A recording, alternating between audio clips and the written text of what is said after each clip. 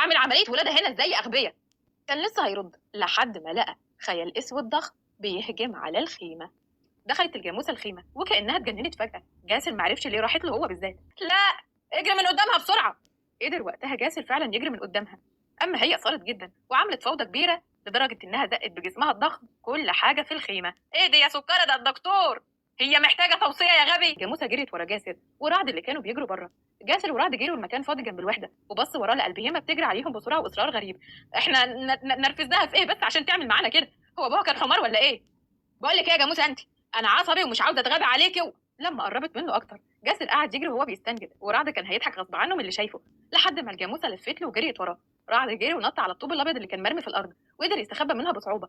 رجع يوسف لمقر الوحده لقى الفوضى ماليه المكان وبعض العاملين بيحاولوا يرجعوا الفوضى دي لاصلها. اما جاسر كان قاعد على كرسي وبيضمد جروح معصمه اللي جات له من الجري والوقوع في الحيطان. الله يخرب بيت دي جاموسه، ولا كاني كنت وعدها وغدرت بيها ولا حاجه.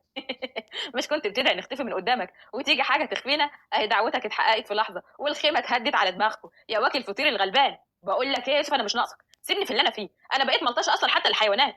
بطل توقعك في الترعه. وجاموسه تعضك، انت ناقص عليك شويه حمير يجروا وراك ويبقى كده فل الفل.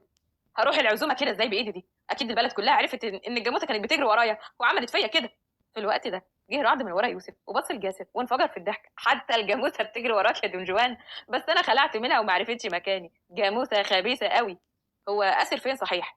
اهو متلقح هناك اهو بيرتب الخيمه من تاني. سبتونه كلكم وجريتوا؟ اصبروا عليا بس، مش هخلي فيكم حته سليمه بس اقوم لكم بس.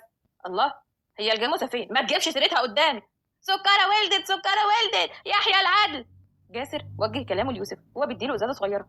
امسك البتادين ده كده. اخده يوسف منه فجاسر راح للولد بعصبيه وزعق فيه. عارف لو ما خدتش الكلبه دي من هنا هعمل فيكم ايه؟ انا فرحان يا دكتور، فرحان. سكره ولدت وقامت بالسلامه، اسمي العجل على اسمك. جاسر فتح بقه من الصدمه. دخل يوسف ورعد في نوبه من الضحك. جر جاسر الولد من ياقه هدومه بغيظ. انا عصبي؟ انا ايه؟